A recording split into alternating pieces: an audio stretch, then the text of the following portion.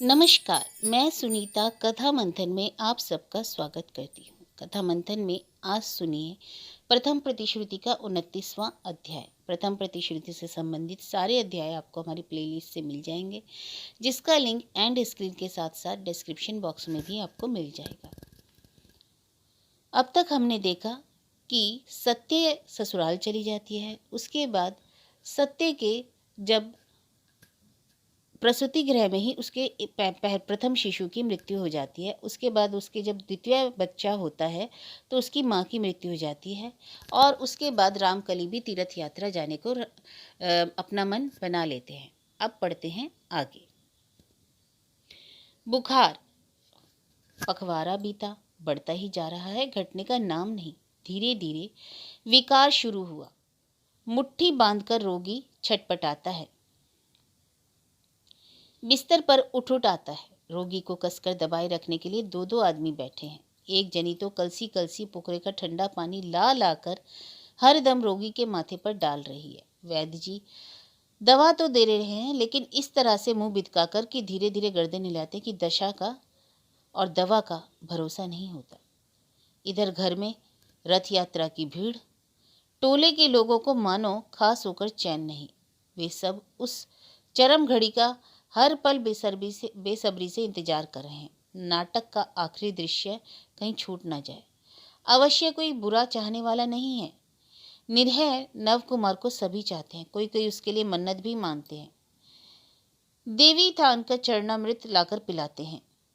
बनर्जी पत्नी का वही एक चिराग, उसके जीवन के लिए उद्वेग और उत्कंठा का अंत नहीं था लोगों में। फिर भी उम्मीद जब छोड़नी ही पड़ रही है तो नाटक के विशेष क्षण को क्यों छोड़े। इसलिए अपने अपने घर की रसोई और खाने को कुछ मुख्तसर करके सभी इस घर की हाजिरी बजाती हैं। और सभी तो एक एक तजुर्बेकार चिकित्सक हैं, और उस चिकित्सा विद्या को आजमाने का अवसर जब मिला है तो मौका हाथ से क्यों जाने दें।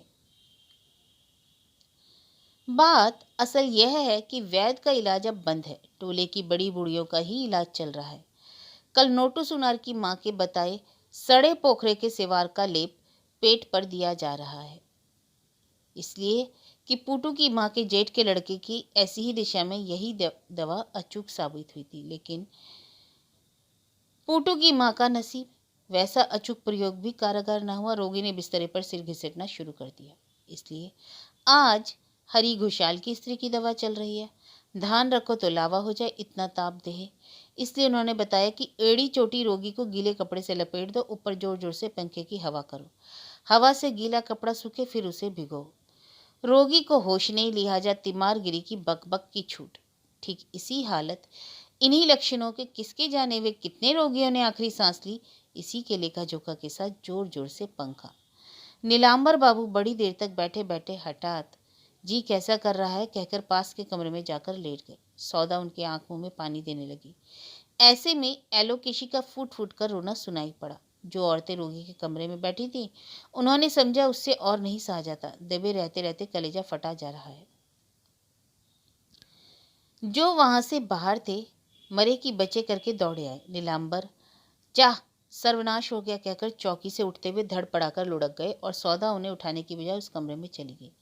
लेकिन तुरंत ही वापस आई और मामा को सांत्वना देने लगी। एलोकेशी के पास जाना फर्ज था, मगर कौन सा फर्ज अदा करे, आखिर चतुर्भुजा तो वो नहीं है। जो महिलाएं आई कहीं बटुर गईं और अचानक यूं रो पड़ने के कारण जानकर गाल पर हाथ रखकर बैठ गईं। एलोकेशी ढेकी घर में बैठी रो रही थी। कई ने तो यह भी कहा, पैरों की धूल दो नींबू की माँ, अपने पाँव की धूल दो, माथे से लगाओ ताकि तुम्हारे जैसी सहने की शक्ति हो। ऐसी खूंखार बहू के साथ इतने दिनों से घर कर रही हो तुम। एक ने शिकायत की, मैं सोच रही थी कि आज शाम को तुम्हारी बहू को चंडी मंडप ले जाऊंगी और शंख की चूड़ी और सिंदूर बंधक रखकर अहिवाद की मन्नत मांगूंगी।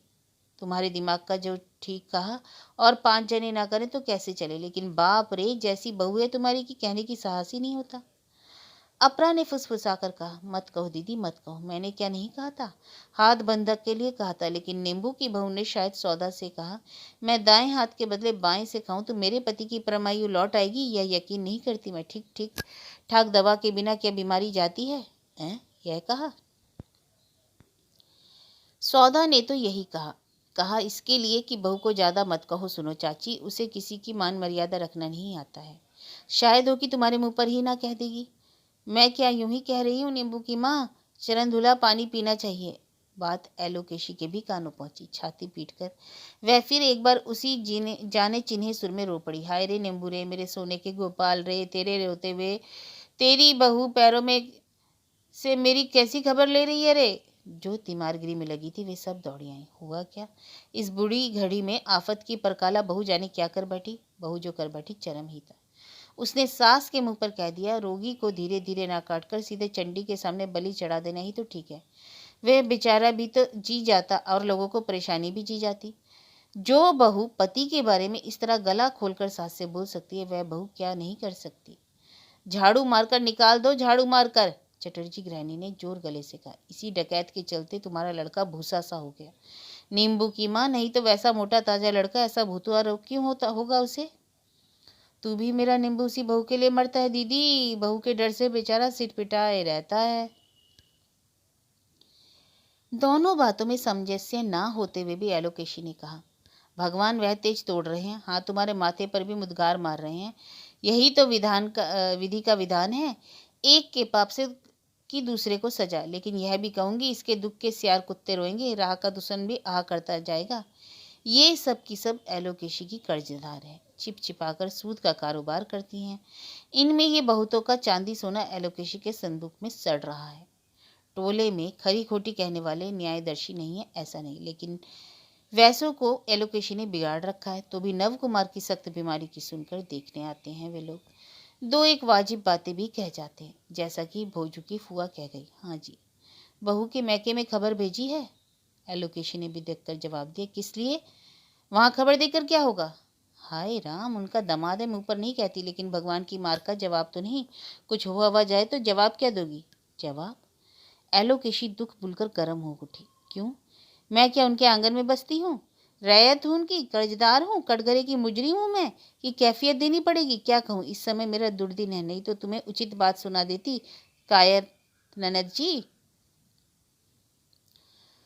17 की बड़ी चाची ने एक दिन कहा था, नींबू का ससुर सुना है नामी कविराज है, उन्हें खबर क्यों नहीं भेजती? एलोकेशी ने कहा, मेरे तो 10-5 प्यादे बराइल नहीं है कि सोचा और खबर भेज दूं। बेटे की बीमारी से भी आंखों फूल सरसों देख रही हूँ। ठीक है, तुम लोग को तो हो, भेज दो खबर। कैला भेजो, आकर जमाई की चिकित्सा कीजिए। इसके बाद कौन बोले। लेकिन एलोकेशी क्या उतनी बुरी है कि अपने बेटे का भी भला बुरा नहीं देखती? ऐसी बात नहीं है। असल में एलोकेशी यह नहीं मानती कि बहू का बाप धन्वंतरी है। मन में यह बात भी काम कर रही है कि यदि सच होगा तो बहू के बाप के कि यही उनका बेटा चंगा होटे तो अपमान की वह जलन वह जुड़ा पाएंगी। और फिर बहू बहू तो रात को दिन नहीं देखने लगेगी। बेटे की जिंदगी के लिए 1000 बार 33 करोड़ देवता के चरणों सिर पटक रही है वह। बहू का घमंड कुछ चूर हुआ, यह भी प्रार्थना है। दोनों का सामंजस्य नहीं होता, क्योंकि मरा हुआ पति जी उठे तो स्त्री के दबदबे का अंत नहीं रहता। वैसे मैं कोई माँ के पुण्य बल का जिक्र नहीं करता, स्त्री के अहिवाद की ही कहता है। इसलिए यह जी उठना ही यदि बहू के बाप की बदौलत हो, ओह बख्शो, नींबू अपने बाप के पुण्य से तरेगा। रोज 108 तुलसी चढ़ाना बेकार जाएगा।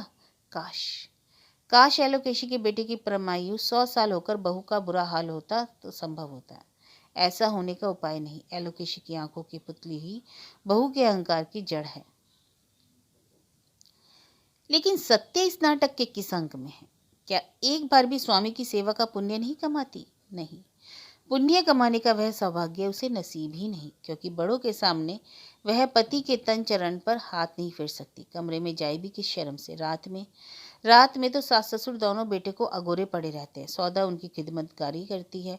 यह सत्य कौन होती है? फिर गोदी में बच्चा 6 महीने का भी नहीं हुआ, गृहस्थी भी उसी के गले पड़ी है। पति की सेवा का एक हिस्सा उसका है। दवा का अनुमान ठीक करना, बहुत सी चीज़ों को चूरने पीसने बुकनी बनाने में सिझाने में बहुत सा समय लग जाता है उसका।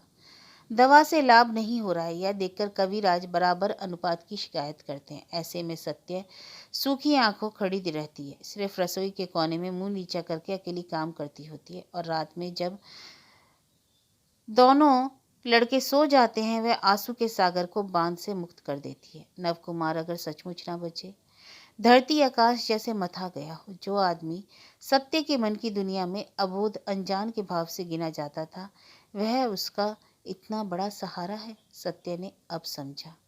अब जबकि यह जाने को है, वह उस पर बकझकी क्यों करती रही? सिर्फ प्यार ही क्यों नहीं किया? हंस हंस कर ही बातें क्यों नहीं करती रही? देवता, इस बार के लिए उसे बचा दो। सत्य उसे केवल प्यार ही करेगी, बेवकूफ़ी नहीं करे। कायरपन करे, बचपना करे, सत्य उसको दोष नहीं गिनेगी। लेकिन जिएगा वह। सत्य ने माँ की अवहेलना की थी, माँ मर गई। स्वामी की अवहेलना करके पार पाएगी? अब तो अकल नहीं। जब अकल नहीं थी, समझ नहीं पाई थी कि मरना क्या चीज़ होती है। अब क्या जवाब है? कान खड़े करके सत्य तमाम रात जगी बैठी रहती। कभी अचानक यदि वह भयंकर शब्द उठे, दबे पांव जा जाकर वह यह खिड़की करती, लेकिन विफल होकर लौट आती। रात को रोगी के कमरे की खिड़की खोलकर कौन रखेगा? एक तो सन्निपातिक ज्वर विकार हो, हवा लगने से ही संकट, और यदि खिड़की खुली होती तो अब देवता नहीं झांकेंगे, हवा पतारा नहीं लग जाएगा। सोचने में गरचे कलेजा कांप उठता है, लेकिन बिना सोचे भी उपाय नहीं। रास्ता खुला मिले तो यमदूत नहीं घुस पड़ेंगे। वह रास्ता एलोकेशी खुला रखेगी, सो सत्य कान को तीखा से तीखा किए लेती। तो क्या इसी से सत्य के सभी कर्तव्य चुक गए? पति के लिए करने को और कुछ नहीं। वे बाप माँ ठीक ही हैं, लेकिन यदि अबोध हो, फिर सत्य ही कम अबोध कैसे है? 1 महीना हो चला है, नवकुमार को बुखार है, बढ़ता ही जा रहा है, और आज तक कोई सही दवा उसके पेट में नहीं गई। सत्य के भगवान क्या उसे माफ करेंगे? एलोकेशी को दिलासा दे रही थी सब। तुमने कोई दोष नहीं किया, कभी किसी को कुछ बुरा नहीं किया, तुम्हें भगवान पुत्र शोक क्यों देंगे? नेक सलाह भी दे रही थी, कहना नहीं चाहिए। लड़के को यदि कुछ हो जाए नींबू की माँ, तो एक दरवाजे से उसे गल्ला देकर दूसरे से इस बहू को निकाल बाहर करना, जो बहू सास की इतनी बड़ी बात कहे। अजियो बतासी की माँ, सिर्फ उतना ही कहा है तो लो, सुन लो। रात को बाहर जाने के लिए जैसे ही दरवाजा खोला, देखा टप से कौन वहां से खिसक गई। कौन कौन चिल्लाई, देखती क्या हूँ कि देवी जी हैं। गुस्से से मुंह से भला बुरा निकला। दरवाजे के पास खड़ी क्या कर रही थी? तुक्की ताक। इस पर उसने क्या कहा जानती हो? बेटा मौत की सेज पर है और आपकी जीभ की धार नहीं जाती। कैसी माँ है आप? सुनने वाली महिला ने तड़ तड़ अपने गाल पर थप्पड़ मार कर कहा, हाय राम, कहाँ जाऊं? अरे ओ नींबू की माँ, ऐसी बहू का मुंह लात मार कर तोड़ नहीं दिया तुमने? शांति मूलक इस व्यवस्था के जवाब में उदार चरिता नाम नींबू की माँ क्या कहती पता नहीं। अचानक एक आंधी आ गई। नजर आया गुहाल के पास वाले दरवाजे को ठेल ठाल कर नाइन चुपचाप रसोई की तरफ जा रही है, यानी सत्य की खोज में जा रही है। बहू से नाइन की कैसी राय सलाह? एलोकेशी ने आवाज दी, उधर कहाँ जा रही हो? चलाक नाइन भाग गई, पकड़ में आ गई। झूठ बोलकर छिपाने की बजाय वह इधर आकर चुपचाप बोली, बहू रानी ने मुझे अपने बाप के पास भेजा था ना, वही खबर देने के लिए। बात वह पूरी नहीं कर पाई, एलोकेशी बोल उठी, किसके पास भेजा था? अपने बाप के पास, बहुत बड़े कविराज है ना, जमाई का हाल लिखकर भेजा था इलाज करने के लिए। और तू यह बात मुझे बताए बिना आजादी से चली गई थी। नाइन नरम पड़ने वाली औरत नहीं थी। उसने जैसे ही देखा कि एलोकेशी ने डांट डपट की नीति अपनाई, वह भी तेजी के साथ बोली, आजाद गुलाम तो मैं नहीं जानती। देखा बहू बेचारी पति की चिंता से छटपटा रही है। माया हुई। माया? योगी के आगे धुरखेल? बिना मजदूरी के लिए तू जमाई तो लेती ही नहीं, और माया से तू? मैंने बिना मजदूरी के तो नहीं किया, उसके बिना मेरा चल भी कैसे सकता है? वाजिब मजदूरी दी गई। मजदूरी दी? एलोकेशी बिगड़ उठी। वह कहाँ पाएगी? यानी मेरे बक्से से चोरी करना सीख रही है? और तू? कि पीछे से गाज गिरी। इतनी इतनी घरनियों के बारे में सचेत हुए बिना ही सत्या बोल उठी, छोटे घर की तरह मत बोलिए। नाइन चाची के रहा खर्च के लिए मैंने अपने पैरों की पाजेब दिए हैं। पाजेब? महिलाएं बुद्ध बन गई। सास को बिना बताई गहना दान? पल पल मूर्छित होकर भी शायद यह चोट नहीं मिटेगी। इतने बड़े दुस्साहस की कोई सोच भी नहीं सकता। एलोकेशी छाती पर चोट मारकर बोली, देख लो, तुम सब मुझे झाड़ू मारोगी कि नहीं? मैं बहू की निंदा करती हूँ, हाय मेरी माँ, मैं क्या करूँ? सत्य ने उधर देखा भी नहीं। नाइन की ओर मुखातिब होकर बोली, बाबूजी चंडी मंडप में थे। नाइन ने गाल पर हाथ रखकर कहा, लो सुन लो। वह कहा, उनके हाथ में नाजुक रोगी है, आ नहीं सके, दवा भेजिए। तुम्हारे बड़े भाई आए हैं, उसी के हाथ में दवा और चिट्ठी है। हाय राम, यह क्या? बहू गिर पड़ी। हाय राम। बाद होकर बिखरी हुई नदी को घेर कर चारों ओर जोर से कुल्हाल उठा। गश आ गया, गश। की नकल चोरी पकड़ी गई ना, नदी को घेरकर असंख्य लहरें उठी। दीक्षा गुरु के मरने पर 3 दिन का अशौच पालना शास्त्रीय विधि है। विद्या रतन रामकली के मंत्रदाता गुरु नहीं थे और रामकली भी ऐसे शास्त्रीय नियम का अक्षर पालन नहीं करते, तो भी विद्या रतन की मृत्यु के दूसरे दिन काम काज पूजा पाठ छोड़कर वे चुपचाप बैठे थे। 3 दिन तक औषध रूपी नारायण को नहीं छुएंगे, शास्त्र पाठ नहीं करेंगे, अन्न नहीं खाएंगे। पिछले कई दिन तक रोगी के यहाँ रात दिन यमराज से लड़ते रहे और हार कर लौट आए। चेहरे पर उस हार की स्याही की छाप थी। सोच रहे थे इस हालत में जमाई के यहाँ जाने का कोई मतलब नहीं होता। जब इलाज ही नहीं करना है, दवा नहीं छूनी है, सोचा परसों स्नान शुद्धि के बाद। उनकी सोच में रुकावट आई। देखा उनकी पालकी वापस आ रही है। या तो रासू आ रहा है या उसका भेजा हुआ संवाद। रासू से कह दिया था, सत्य ने घबराकर कहलाया तो है, लेकिन बीमारी वास्तव में कठिन है या नहीं, यह देखकर रासू ही आए या पालकी भेजकर उन्हें सूचित करे। सांस रोककर जरा देर इंतजार किया। पालकी खाली है या भरी हुई? नहीं, पालकी खाली नहीं थी। रासू उतर रहा था। खैर, ईश्वर ने बचा लिया। रासू झुककर प्रणाम करने गया कि बोले, हाँ हाँ, अभी प्रणाम करने की मनाही है। कैसा देखा? अच्छा नहीं है। अचानक रामकली के मन की आंखों में एक मूर्ति तिराई। निरा भ्रमण शुभ मूर्ति। सिहर उठे। निस्तेज स्वर में बोले, दवा से कोई फल नहीं हुआ? दवा ही नहीं गई। रासू ने गंभीर गले से कहा। सत्य ने वापस कर दी। वापस कर दी? सत्य ने रामकली की दवा लौटा दी। रासू ने उस उड़े हुए चेहरे की और बिना ताके ही हाथ की डिबिया उतार दी। कहा, उसने आपकी चिट्ठी नहीं ली, पढ़ी भी नहीं। तुमसे उसे मिलने नहीं दिया? रामकली ने पूछा। नहीं, मिलने तो दिया। सत्य भी अस्वस्थ है, मेरे जाने के समय ही मूर्छित हो गई शायद। होश में आने पर मुझसे मिली। कहा, बाबूजी जब नहीं आ सके तो चिट्ठी रहने दो भैया, उसे पढ़कर क्या करूँगी, दवा भी वापस ले जाओ। मेरे नसीब में जो बदा है वही होगा। यदि मैं सती माँ की बेटी होंगी तो उसी के पुण्य प्रताप से मेरा सिंदूर और सुहाग की चूड़ियाँ साबित रहेंगी। जीवन में संभवतः यही पहली बार रामकली हतवाक हो रहे। ढूंढे शब्द नहीं मिले। तो क्या सत्य की बात को अबोध की समझकर रामकली स्नान करके शुद्ध होकर जाएंगे? किंतु वही अबोध सत्य यह भी तो कह सकती थी कि आप क्यों आए बाबूजी, जब आपकी दवा खिला नहीं रही हूँ।